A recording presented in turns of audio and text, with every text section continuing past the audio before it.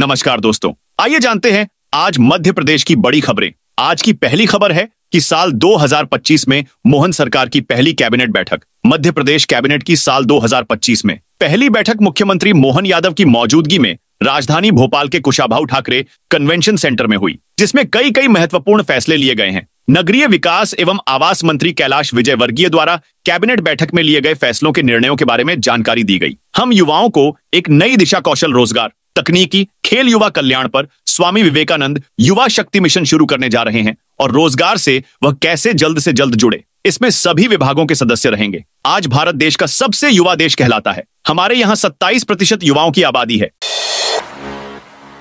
कमलनाथ का दावा, कांग्रेस छोड़ने वाले 52 नेता चाहते हैं वापसी। मध्य प्रदेश कांग्रेस से बड़ी खबर सामने आ रही है। पूर्व सीएम कमलनाथ ने दावा किया है कि कांग्रेस छोड़कर गए नेता अब घर वापसी चाहते हैं। कई नेता लगातार संपर्क कर रहे हैं। ऐसे 52 लोग हैं। सोमवार को प्रदेश कांग्रेस की राजनीतिक मामलों की समिति की बैठक में उन्होंने यह बात कही। इस पर बैठक में शामिल नेताओं ने एक सुर में कह दिया कि घर वापसी नहीं होनी चाहिए। ज्यादातर नेताओं का यही सुझाव था कि जिन्होंने पार्टी से धोखा किया उन्हें वापस लिए जाने का सवाल ही नहीं उठता।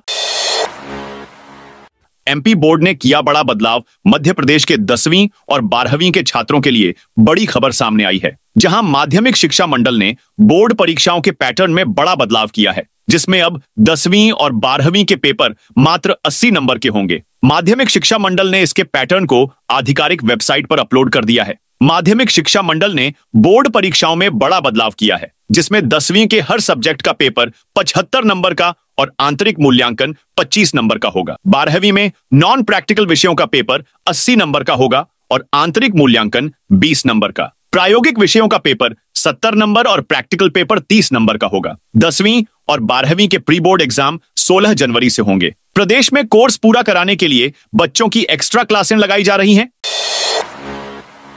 24 फरवरी से प्रारंभ होगी 5वीं से 8वीं की बोर्ड परीक्षा। सरकारी और निजी स्कूलों में इस साल 5वीं से 8वीं कक्षा तक की बोर्ड परीक्षाएं 24 फरवरी से शुरू हो रही हैं। राज्य शिक्षा केंद्र द्वारा जारी की गई समय सारणी के अनुसार 5वीं और 8वीं की बोर्ड परीक्षाएं निर्धारित समय पर आयोजित की जाएंगी। इसके अलावा जिले के सरकारी स्कूलों में तीसरी, चौथी, छठी और 7वीं कक्षा की वार्षिक परीक्षाएं भी 6 मार्च से शुरू होने जा रही हैं।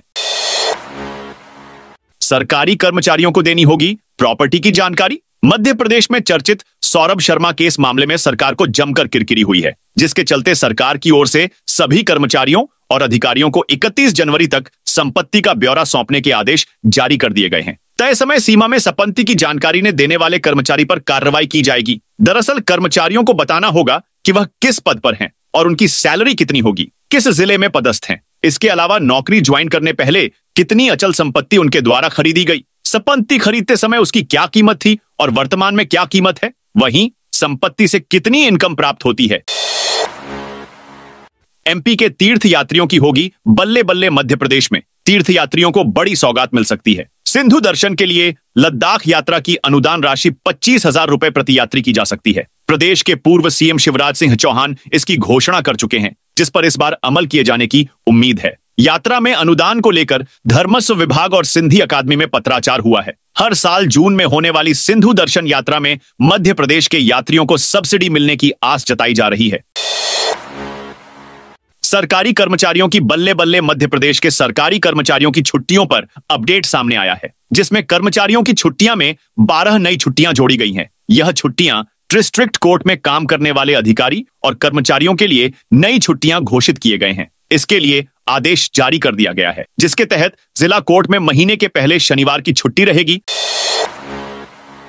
महाकुंभ के लिए यात्रियों को बड़ी सौगात। मध्य प्रदेश वासियों के लिए एक अच्छी खबर सामने आई है। जल्द ही राजधानी भोपाल से यूपी के प्रयागराज के लिए सीधी एयर कनेक्टिविटी शुरू होने जा रही है। एयरपोर्ट प्रबंधन ने इसके लिए 3 कंपनियों को फ्लाइट शुरू करने का प्रस्ताव भेजा है। सीधी उड़ान की सुविधा मिलने से महाकुंभ जाने वाले श्रद्धालुओं को बड़ी राहत देगी। मौजूदा समय में फ्लाइट छत्तीसगढ़ की राजधानी रायपुर से प्रयागराज जा रही है। एयरपोर्ट प्रबंधन ने सीधे भोपाल से प्रयागराज के लिए प्रस्ताव भेजा है। 3 कंपनियों को फ्लाइट शुरू करने का प्रस्ताव भेजा गया है। कंपनियों से स्वीकृति मिलते ही 13 जनवरी से भोपाल से प्रयागराज के लिए सीधी उड़ान शुरू होगी। भोपाल के राजा भोज एयरपोर्ट से प्रयागराज के लिए रोजाना 100 से ज्यादा यात्रियों की आवाजाही की उम्मीद है। पीथमपुर में कचरा जलाने एमपी हाई कोर्ट का बड़ा फैसला। मध्य प्रदेश के पीथमपुर में का जहरील कचरा जलाने को लेकर एमपी हाई कोर्ट ने अहम फैसला दिया है। हाई कोर्ट का कहना है कि जब तक सभी पक्ष सहमत नहीं होंगे तब तक यूनियन कार्बाइड का कचरा जलाने की प्रक्रिया नहीं की जाएगी। बता दें कि पीथमपुर में कचरा जलाने को लेकर मध्य प्रदेश सरकार को भारी विरोध का सामना करना पड़ा और कचरे को जलाने की प्रक्रिया रोकनी पड़ी। मामले को लेकर सोमवार की सुबह राज्य सरकार की ओर से शपथ पत्र पेश किया गया। शपथ पत्र पर हाई कोर्ट ने अहम फैसला सुनाते हुए पीथमपुर में फिलहाल कचरा जलाने पर रोक लगा दी है। हाई कोर्ट का कहना है कि जब तक सभी पक्ष एक राय नहीं होंगे या अपनी सहमति नहीं देंगे तब तक यूनियन कार्बाइड का कचरा नहीं जलाया जाएगा। एमपी के 21 जिलों में दौड़ेंगी 66 mobile medical unit. Madhya Pradesh की मोहन सरकार ने प्रदेशवासियों को एक और बड़ी सौगात दे दी है। ये सौगात है सेहत की। 21 जिलों के दूरस्थ और दुर्गम क्षेत्रों के नागरिकों को अब 66 मोबाइल मेडिकल यूनिट स्वास्थ्य सेवाएं उपलब्ध कराएंगी। सीएम मोहन यादव ने सोमवार को पीएम जनमन अभियान के तहत यूनिट्स को हरी झंडी दिखाई। सीएम ने कहा कि दुर्गम और स्वास्थ्य सुविधाओं से वंचित क्षेत्रों में पहुंचकर यह यूनिट ओपीडी, रोग निदान, उपचार और दवाइयों जैसी आवश्यक स्वास्थ्य सेवाएं प्रदान करेंगी। कार्यक्रम में उप मुख्यमंत्री राजेंद्र शुक्ल, स्वास्थ्य राज्य मंत्री नरेंद्र शिवाजी पटेल, पीएस संदीप कुमार यादव और एमडी एनएचएम डॉ सलोनी सिडाना सहित अन्य अधिकारी उपस्थित थे। बच्चों को हर महीने मिलेंगे 4,000 रुपए। मध्य प्रदेश में लाडली बहनों की तरह अब हर महीने अनाथ बच्चों की भी आर्थिक मदद की जाएगी। मुख्यमंत्री बाल आशीर्वाद योजना के तहत नाबालिग अनाथ बच्चों को आर्थिक सहायता देने का प्रावधान है। ऐसे 18 वर्ष तक के अनाथ बच्चे जो अपने संबंधियों व शिक्षकों के साथ जीवन यापन कर रहे हैं, उनको शिक्षा, स्वास्थ्य एवं संरक्षण के लिए आर्थिक सहायता उपलब्ध कराए जाने के उद्देश्य से ही मुख्यमंत्री बाल आशीर्वाद योजना लागू की गई।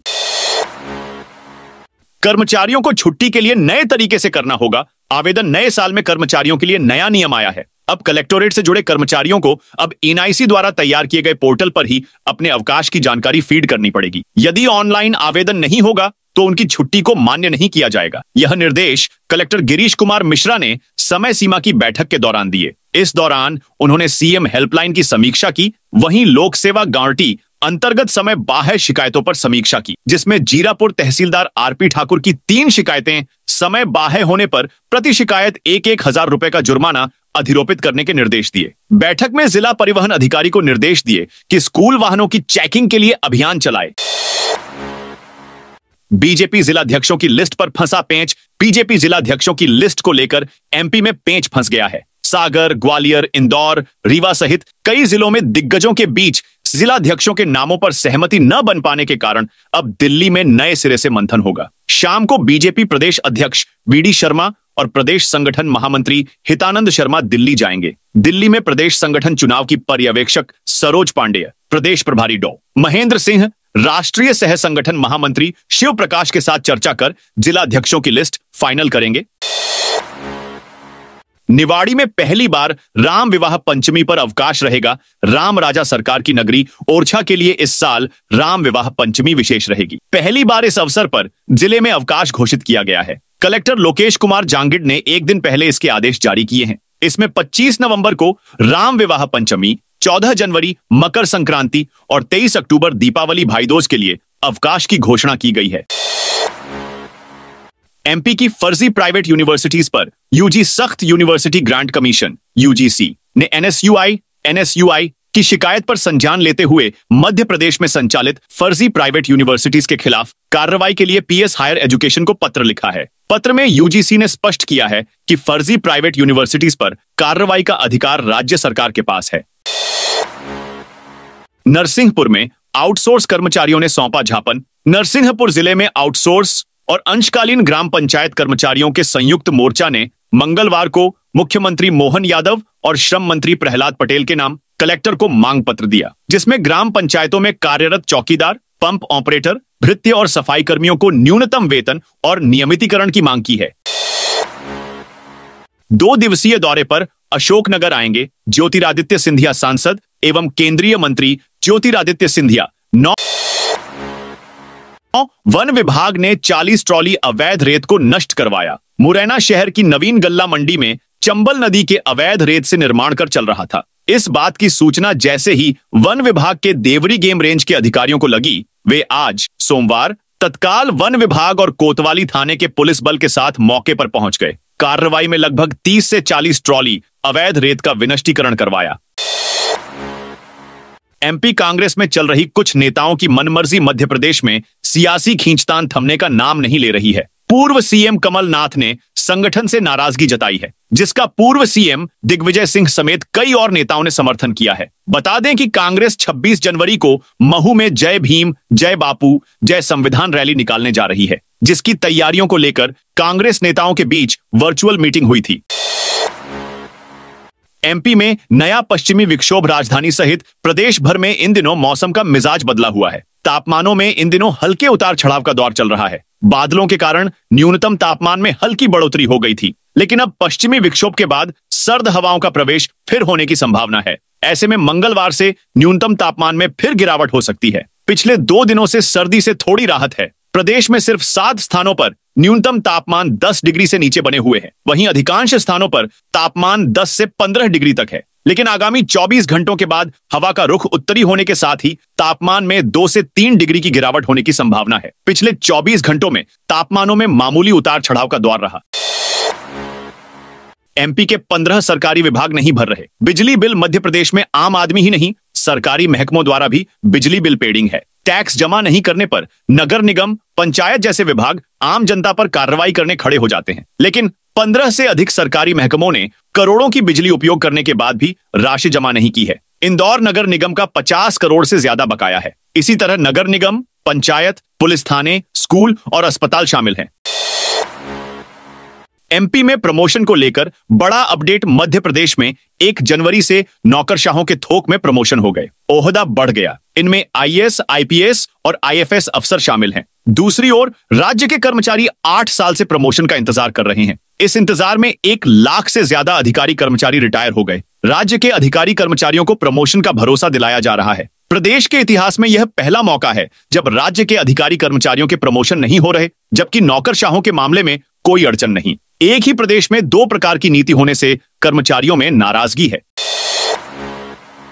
एमपी के 5 बड़े अफसरों को नोटिस। मध्य प्रदेश के 5 बड़े अफसरों पर सख्त कार्रवाई की गई है। इन अधिकारियों को नोटिस देकर जवाब मांगा गया है। 5 वरिष्ठ अफसर हैं और मध्य प्रदेश सरकार के स्कूल शिक्षा विभाग के हैं। जानकारी के अनुसार प्रदेश के 5 जिला शिक्षा अधिकारियों यानी डीओ को कारण बताओ नोटिस जारी कर 7 दिन का अल्टीमेटम दिया गया है। 5 डीओ को मध्य प्रदेश सिविल सेवा आचरण नियम 1965 के नियम 3(1) के तहत दोषी बताए गए हैं। अधिकारियों पर ऐसी सख्ती से शिक्षा विभाग सहित प्रशासनिक हलकों में हड़कंप सा मचा है। लोक शिक्षण संचालनालय भोपाल द्वारा 5 जिलों के जिला शिक्षा अधिकारियों को कारण बताओ नोटिस जारी किया गया है। उन्हें अपना पक्ष प्रस्तुत करने 7 दिन का समय दिया गया है। इसके बाद एक पक्षीय अनुशासनात्मक कार्रवाई करने का अल्टीमेटम भी दिया है।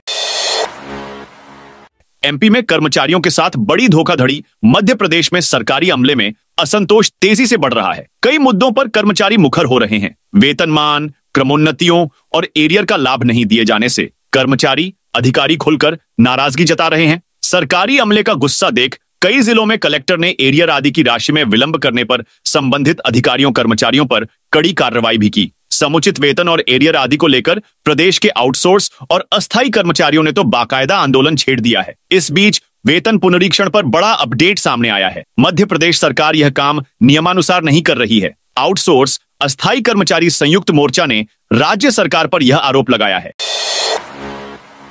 एमपी में 2 लेन सड़कें होने जा रही 4 लेन। मध्य प्रदेश में आस्था की नगरी नर्मदापुरम को वर्ष 2025 से ढेरों उम्मीदें हैं। यहां विकास का खाका खींचा जा चुका है, जिस पर काम शुरू होना है। इसकी शुरुआत नर्मदा लोक कॉरिडोर की आधारशिला रखने के साथ इस वर्ष होगी। सेठानी घाट पर नर्मदा लोक का काम इस वर्ष शुरू हो जाएगा तो पचमढ़ी में राष्ट्रीय गोल्फ मैदान की सौगात भी मिलेगी। एक जिला एक उत्पाद में शामिल यहां के पर्यटन को पंख लगेंगे। अब नए वित्तीय वर्ष की संपत्ति गाइडलाइन पर होगी मशक्कत। वित्तीय वर्ष 2025 से 26 की नई कलेक्टर संपत्ति मूल्य गाइडलाइन तैयार करने के लिए मशक्कत शुरू हो जाएगी। महानिरीक्षक पंजीयन का पत्र जिला पंजीयक के पास आ गया है। जिले में 80 लोकेशन का प्रस्ताव पहले से ही तैयार है। नए वित्त वर्ष के लिए फिर से सभी लोकेशन की संपत्ति के बाजार मूल्य को देखा जाएगा और नई गाइडलाइन तय की जाएगी। तो दोस्तों, ये थी आज मध्य प्रदेश की बड़ी खबरें। आप इस वीडियो को कौन से जिले देख रहे हैं, उस जिले का नाम जरूर कमेंट में बताइए।